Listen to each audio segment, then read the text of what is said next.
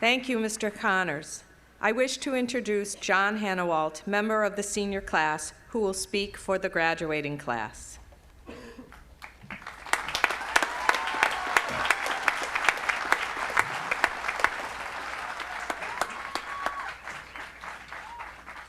Thank you. I am extremely honored today to be addressing our esteemed faculty, our beloved family and friends, and you, the graduating class of 2010. I'd like to start by expressing gratitude to the people without whom we would not be sitting here today. And if you'll all indulge me for just a minute, I would like to thank one very important person directly. Hi, Mom.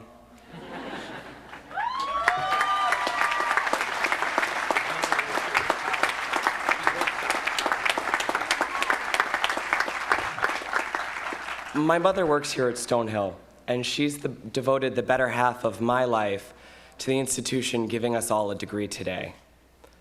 Though our college years will come to be defined by the relationships we've built with professors and fellow students, they've also been impacted by Stonehill employees like my mother, administrative, support, and facilities staff who provide the necessary services to keep this school running outside of the classroom.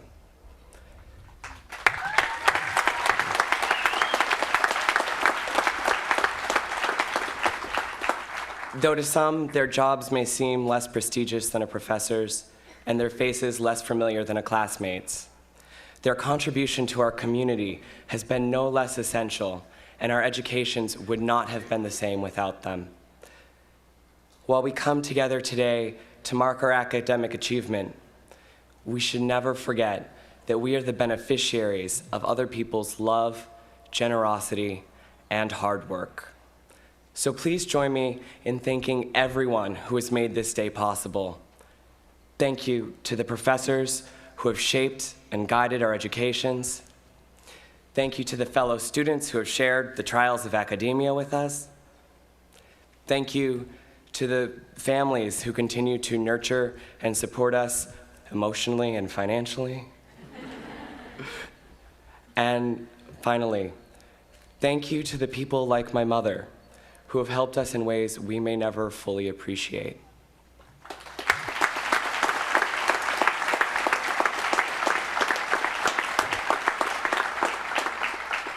At Stonehill, our education has been guided by a motto. I'm sure you've seen it on signposts all over campus. Beware of geese, those birds never learned fear. It's true, Jack Connors can attest to that. Actually, our motto has been many minds, one purpose. And I've been thinking a lot lately about what exactly many minds, one purpose might mean to those of us graduating under its banner. As we prepare to graduate, the next stage of our lives is approaching quickly, as if out of nowhere and not unlike a speeding truck. Though today was years in the making, I feel as though someone put me in the trunk of their car and drove me to adulthood against my will. As I stand in front of you all, I can't help but think, what am I doing here? And more importantly, what am I doing next? And who am I next, now that I'm not an undergrad? The answer for each of us will be different, I'm sure, as we forge ahead into graduate degrees, careers, years of service, extended backpacking trips. And finding our one purpose may weigh heavy on our minds. I don't imagine it's ever easy to make a transition like this, but the world into which we graduate today is especially daunting. Every day, progress seems to lose a little ground to worry, fear, and hatred. People are still sick, without access to care. People are still losing their homes and their livelihoods. People still die every day from HIV, malaria, and countless other diseases that are, if not curable, preventable. How do we make sense of a world in which some people just can't get clean water? How do we make room in our hearts for the rest of the world while still facing challenges of our own? First, we have to accept there's no difference between the two. My neighbor's hardship is my own. Illness in my country is bad for my health. The denigration and oppression of women overseas is an insult to my mother, my sister, and myself. Rather than bear the weight of powerlessness, we have to live as though these problems can be solved within our lifetime. We can live to see the last of the starving fed. We can make sure that all children, and not just our own, receive the care and protection from harm that is their birthright. We can work towards ending poverty while working towards material comfort for those we love.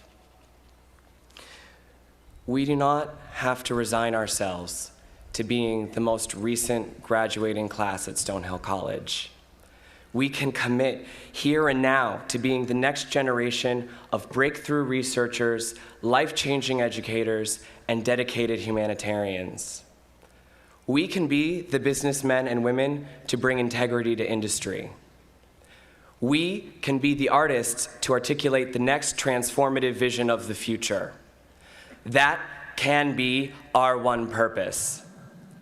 We are not many minds in service of one mission, body politic, ideology, or even religion. We are the commitment to one purpose made possible by a plurality of backgrounds, passions, and talents. Our one purpose does not and will not ever make us the same. It will be achieved collectively through the strength and the diversity of the human experience. And so, moving forward, we need to give everyone the chance to achieve their full potential, irrespective of class. Stand in unity with others who share our commitments, no matter their color or country, and support every human being's right to dignity, regardless of sex or sexuality.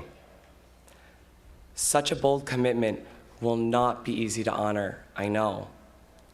But ask yourself, how easy was it to get here today? What's important as we face the challenges ahead is to not waste time and energy resisting them.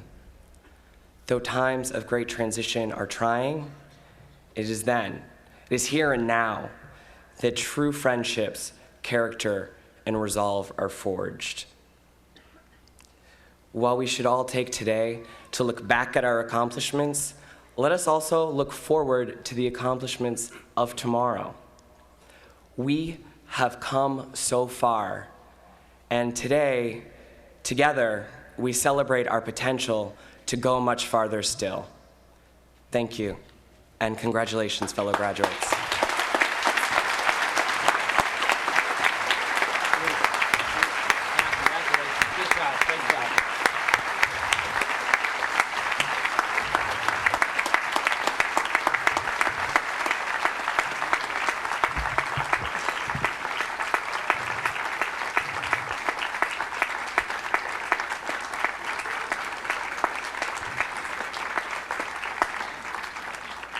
Thank you, John. Dr. Joseph Avaza, Associate Vice President for Academic Affairs and Dean of Faculty, will present the candidates for baccalaureate degrees. President Cregan will then confer the degrees. Will the candidates for degrees please rise?